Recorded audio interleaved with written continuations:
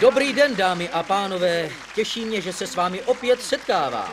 Buďte vítáni v Mnichově. Buďte vítáni u nás v televizním studiu.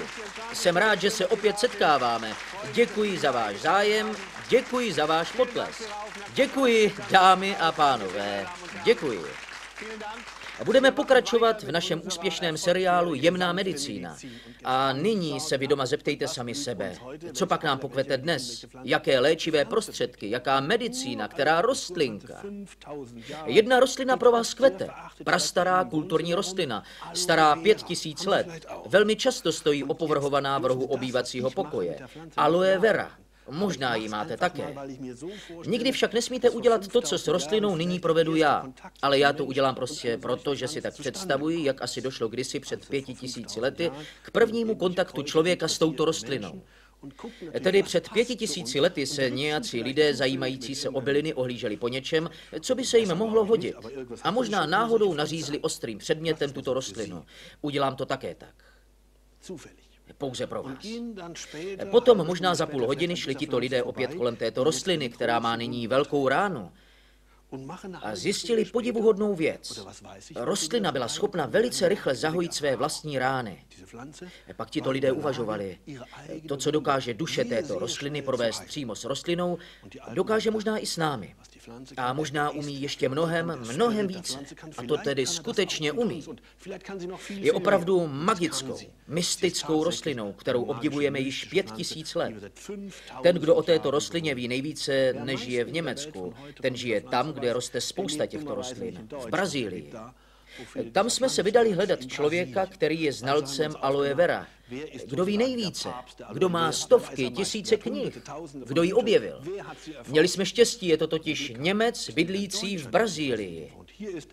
Zde je Michael Peuser. Vítejte u nás.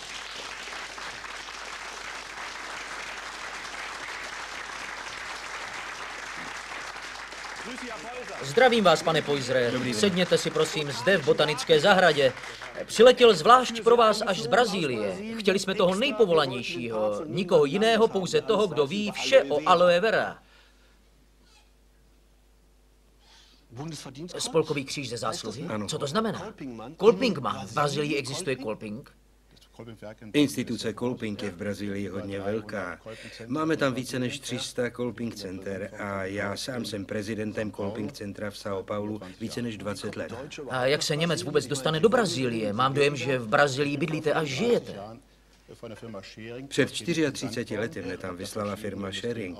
Budoval jsem tam pro Německo různý průmysl. Dnes pracuji samostatně. A jak jste se dostal k naší aloe vera? To bylo řečeno s trochou ironie díky nemoci mého tchána. Onemocněl rakovinou prostaty, byl operován a lékaři sdělili, že už to nebude dlouho trvat a dostaví se velmi bolestivá konečná fáze. A tu bude možno překonat pouze pod vlivem morfia. A pak přijde smrt. Ano, rozumím. Člověk musí trpět hroznými bolestmi. Ano, přesně tak. Když tato fáze nastala, bylo to v lednu, potřeboval můj tchán péči ve dne v noci. Dostával morfium, velmi silně zhubl, měl proleženiny a po 4 měsících nastal okamžik, kdy lékař řekl, v příštích dnech se musí počítat s tím, že skoná. A právě v těchto dnech, kdy to lékař oznámil, padl mé tchyni do rukou německý rodinný kalendář, který vydávali jezuiti na jihu Brazílie pro německy mluvící přistěhovalce. A v tomto kalendáři našla zprávu o františkánském řádovém knězi jménem Romano Cago, který měl velké úspěchy s aloe, zvláště při léčbě rakoviny. Odkud je tento řádový kněz?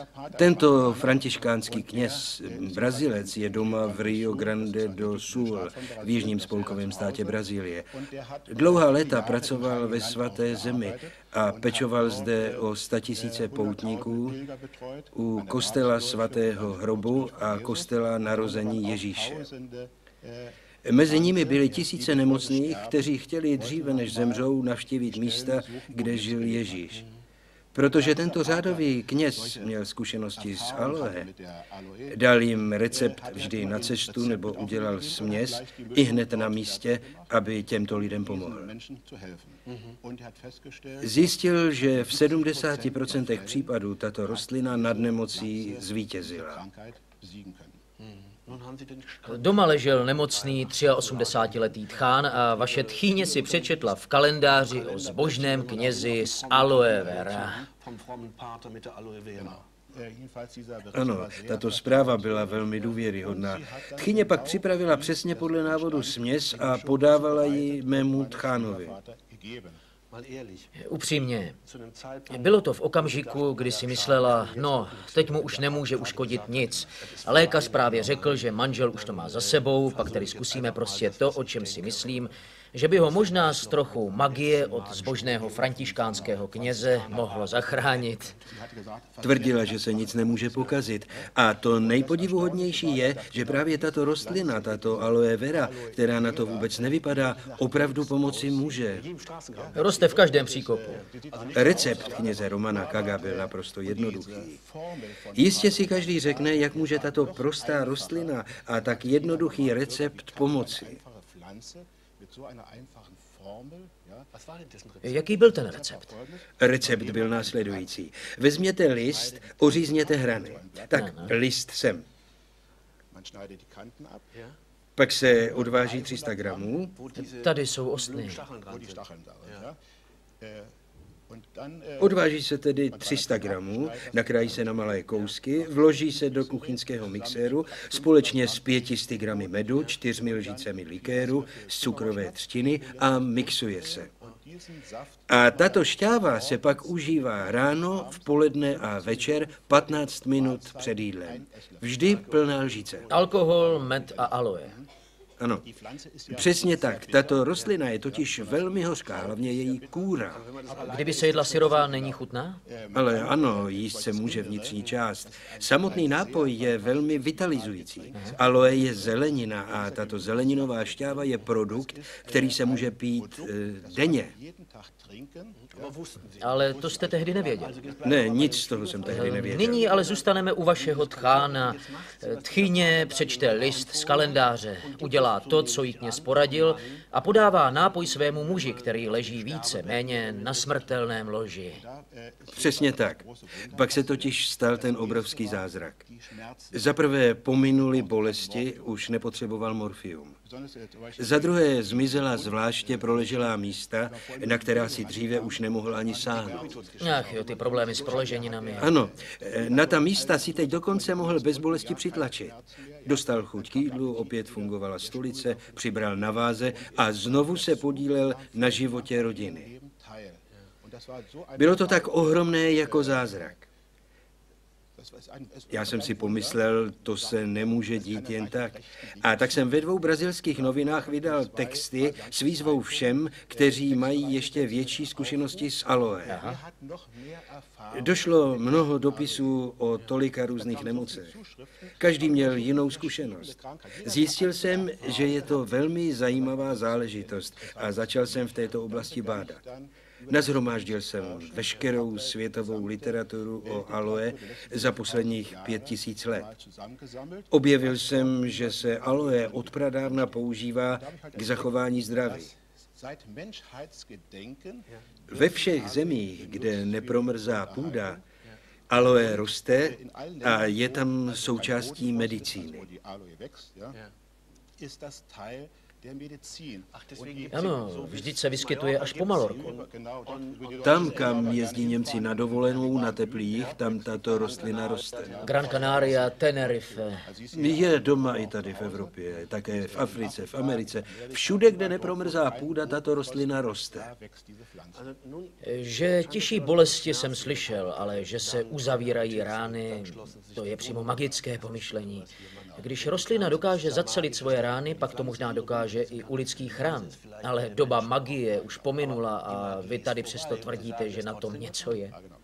Tedy v Německu měla až do roku 1920 každá hospodyně doma aloe. Patřila k základnímu vybavení kuchyně. Do roku 1920 neexistovalo elektrické světlo a plyn. Hospodyně měla kamna a v nich se musel udržovat oheň. Denně docházelo k poranění nebo říznutí. Hospodyně uřízla kousek aloe, přiložila na ránu a rána se zahojila. Poranění tím míníte spáleniny. Ona neexistovala elektřina a když se chtěla večer ještě na něco podívat, pak otevřela kamna a jak už jsou ženy lehkomyslné, spálila se prsty. A pro ten případ, jak jste říkal, rostl lidem v kuchyni lék. V Německu to byla rostlina první pomoci a znal ji i Wilhelm Busch. Ve svých veselých obrázkových příhodách napsal: pak se přiloží hořká aloe a pak už to nebolí. Tedy každý Němec tuto rostlinu znal. Bohužel pak rostlina během první světové války a v následujících zlých časech upadla v zapomnění. Znovu objevena byla ve 30. letech. Když byl objeven rentgen, začalo docházet ke strašným popáleninám, protože se nevědělo, kolik minut nebo sekund se zpočátku musí prosvěcovat. Docházelo k příšerným popáleninám a nic nepomáhalo, až se nakonec zjistilo, že hojivé účinky má právě šťáva z aloe. Když jsme viděli, jak se tchán opět podílel na životě, byl to skutečně zázrak. Moje tchyně se z těchto měsíců těší dodnes. Bylo to jedno z nejkrásnějších období jejich manželského života. A všechny ty příběhy o zbožném knězi, to vše je autentické, důvěryhodné, protože to jsou téměř zázračné historky. A rakovina v nich vystupuje velmi často, jak jsem slyšel. Ano, hlavně rakovina. Samozřejmě, že nelze milionům nemocných říct, když budeš užívat aloe vera s medem a alkoholem, tvoje rakovina se vyléčí, ale v některých z těchto zázračných příběhů, které jste nashromáždil, se to stává. V každém případě je skutečností, že tento kněz působil v jižní Brazílii a byl často přivoláván k lidem, aby jim podal poslední pomazání. Přesto jste však mohli tyto lidi potkat o několik týdnů později opět na ulici. Všichni užívali aloe, protože v prastarých brazilských knihách se o ní píše a on jim ten recept dával. Další příběh vypráví o tom, že když tento františkánský kněz převzal svou obec, byl přivolán k jednomu nemocnému rakovinou. Vzpomněl si na tento recept, předal jej synovi nemocného a tento rakovinou trpící muž se uzdravil. Jsou to ojedinělé případy? Ne, začal ve své obci pomáhat všude tam, kde se nemoci vyskytovaly. Poté byl povolán do Izraele, kde pečoval o poutníky a všem dal na cestu tento recept. Také hned připravoval nápoje a tak získal celou sbírku historek o úspěchu aloe. Ale vy nezbíráte pouze zbožné historky, nýbrž shromažďujete i vědecké výsledky. Sbíráte je po celém světě. Přesně tak. Máte studie z různých institucí a univerzit, aby bylo zřejmé, kde všude je možno znalosti o aloe fundovaně používat. Prostudoval jsem více než 500 knih, které podávají zprávy o aloe. A také spoustu studií. Tak jsem zjistil, že aloe velmi dobře pomáhá u více než 60 různých nemocí. Znamená to tedy, že když máš rakovinu, není třeba chodit k lékaři, protože aloe ti sama pomůže? Ne. Moje filozofie je následující. Každý, kdo je nemocný, má jít k lékaři, protože lékař je specialista. Ale od prvního dne se má také užívat aloe, protože aloe je zelenina, otevírá kapiláry. K tomu bych rád řekl několik slov. Ve svém těle máme 150 000 kilometrů kapilár. Jako takové malé hadičky, ano? Jsou to takové vlásečnice, to znamená ty nejtenčí žilky. No, vlásečnice je přehnané, protože kapiláry jsou ještě 20krát tenčí než vlas. A těchto vlásečnic máme 150 000 kilometrů. To jsou objemově asi 3 litry. Tyto kapiláry zásobují tělo, každou jednotlivou buňku kyslíkem, výživnými látkami a tak dále. Nyní se v těchto kapilárách, které jsou tak tenké, že se jimi s námahou prodere červená krvinka, objeví houbovité tělísko, které kapiláry zužuje. A útočí na ně. Ano, ale nejdřív musíme ještě vědět, co nebo kdo tyto kapiláry vlastně zužuje. Proto jsem opět prostudoval pojednání o různých nemocech, abych zjistil, co je společným jmenovatelem nemocí. Co nás tedy tak zužuje? Zjistil jsem, že všechny tyto nemoci mají společného jmenovatele, a to právě zúžení kapiláru. Kapiláry zužuje zaprvé nesprávná výživa. Za druhé to je nesprávné složení stravy. Za třetí to je nikotin. Dále také nadměrné množství alkoholu, pak následují chemoterapie a chemikálie. Nyní jsem pozval manžele Hainovi. Paní je ženou, která může o aloe vyprávět. On byl zpočátku skeptický. Zde jsou Kristýne a Herbert Hainovi. Vítám vás.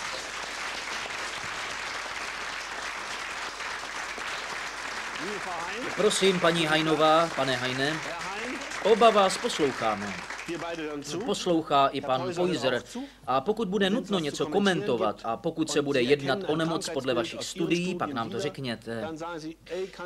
Hainovi jsou zde. A, milá paní Hainová, vedle vás stojí aloe. Vy tvrdíte, pomohla mi jako nikdo jiný. Ano, to skutečně mohu říci. A jak, kde a při čem? Podívejte se sem, jeden list již usychá, jednoduše jej utrhne. Utrhněte ho, ano. Jak vám pomohla? Tedy aloe vera mi pomohla například při astmatu.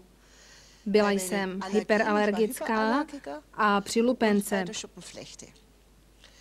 Alergie nejsou vidět, astma se pozná, když ho máte, ale lupenka byla velmi zřetelná.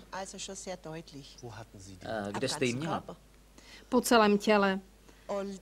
Začalo to už v mládí, to znamená v pubertě. Po prvním dítěti jsem měla narušené hormonální hladiny a stále jsem nebyla vyléčená. Dělala jsem vlastní pokusy, vyzkoušela jsem všechno možné. Všechno, co mi kdo poradil, jsem vyzkoušela. A když už jsem skutečně nevěděla, jak dál, přečetla jsem si o aloe vera. Ta však nebyla k dostání. Musíte si to představit, před 20 lety aloe vera na trhu ještě nebyla. Pouze rostliny. Ano, pouze rostliny, ale z nich jsem nechtěla ukusovat, také jsem neměla tu skvělou knihu pana Poisera, která je dnes k dostání, pak bych to možná udělala. No, právě jsem to poznal, je to hořké. Dobrá, teď tomu rozumím. Řekla jste si, chtěla bych aloe využít více. Pomohla mi s astmatem, teď byla na řadě lupenka. Pozval jsem také vašeho muže, aby něco pověděl o době, kdy jste trpěla lupenkou. Tedy moje žena měla velmi silnou lupenku, nemohli jsme skoro nikam chodit. Styděla se? Ano, když jsme před několika lety poznali aloe, má žena si řekla ano, to nyní vyzkouší. Brala ji dokonce ve velmi velkém množství a asi po 2 týdnech to už bylo podstatně lepší. Mám dojem, že jste to tehdy fotil. Přesně tak. A máte nějaké fotky? Ano, mám. A proč jste to fotil? Aby bylo zřejmé, že lupenka úplně zmizela. Protože jste si myslel, že vám to nikdo neuvěří. Víceméně ano. Znamená to tedy, že díky šťávě, kterou jste pila, jste se zbavila své lupenky? Už ji nemáte? Lupenku už nemám a také už netrpím žádnými alergiemi. Za to vděčím pouze aloe vera, protože jsem neužívala nic jiného. Byla jsem hyperalergická na slepičí a mléčnou bílkovinu, bílkovinu z ryb, konzervační látky a vitamin C. Je toho celá řada. Snadnější je vyjmenovat, co jsem ještě snášela.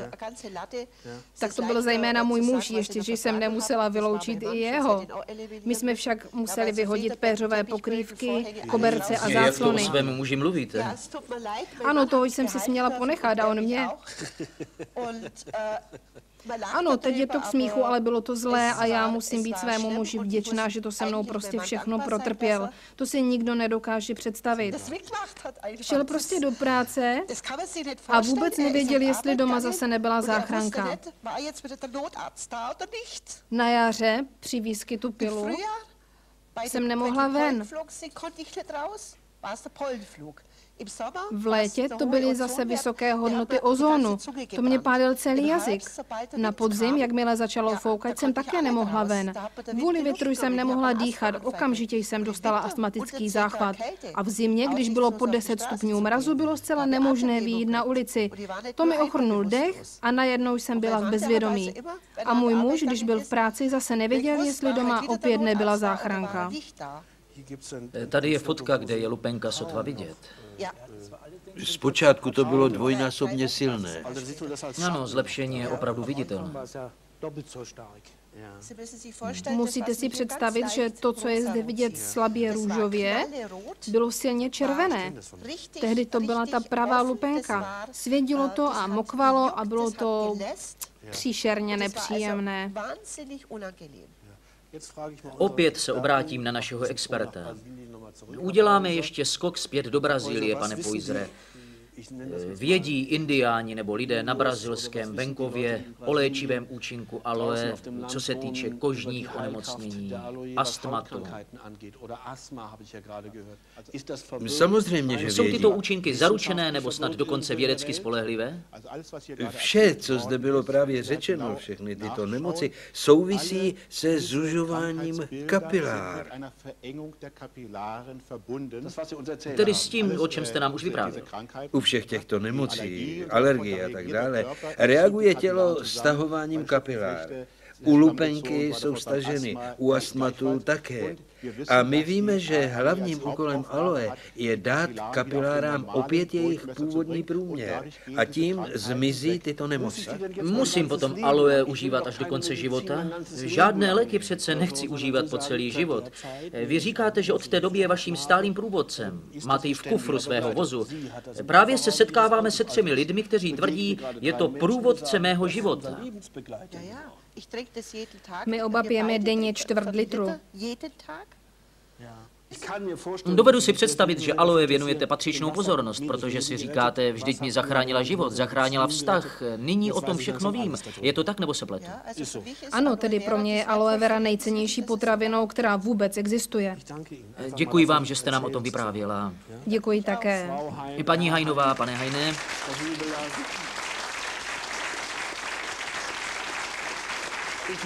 Musím se teď vrátit k panu Poiserovi. Milé dámy a pánové, pan Poiser to jistě ví také.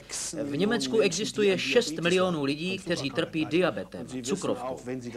A pokud k nim patříte vy nebo člen vaší rodiny, jistě víte, že se rozlišují 2 druhy cukrovky. Diabetes 1 můžeme dostat už jako děti a potom existuje cukrovka ve vyšším věku, diabetes 2. A právě zde je možno pomocí aloe vera docílit významných výsledků, tedy zmírnění této nemoci. Je tomu tak? V Thajsku k tomu prý existují celé studie. V Thajsku skutečně existují podrobné vědecké studie, v nichž bylo prokázáno, že aloe je nejlepším prostředkem pro snížení této nemoci. Proto také ve své knize píšu, že cukrovkáři, kteří užívají aloe, musí pravidelně sledovat svůj cukr.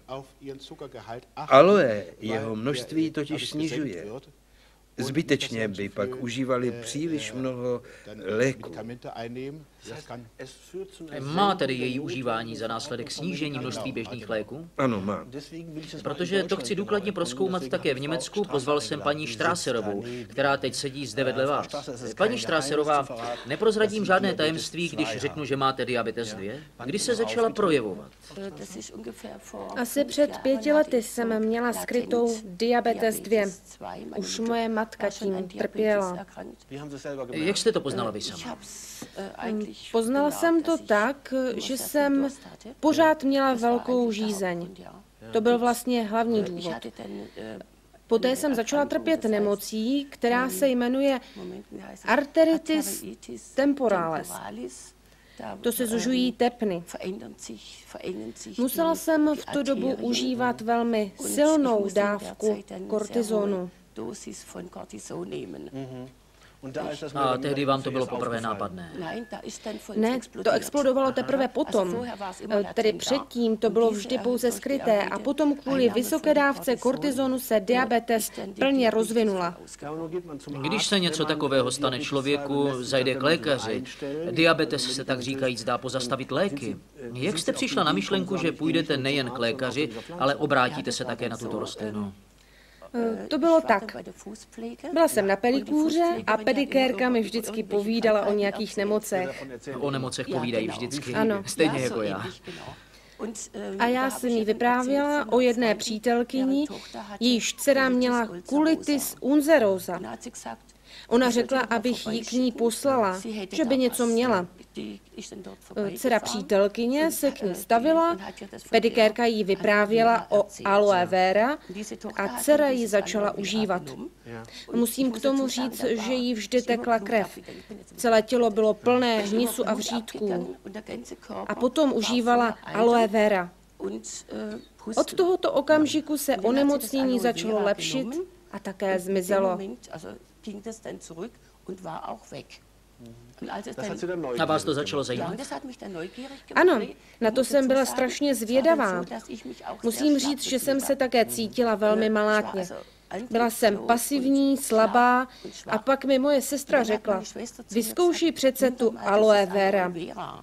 Já jsem ji stále ještě neužívala, ale když mi bylo ještě hůř, opět řekla, tak ji užívej. No a tehdy jsem začala.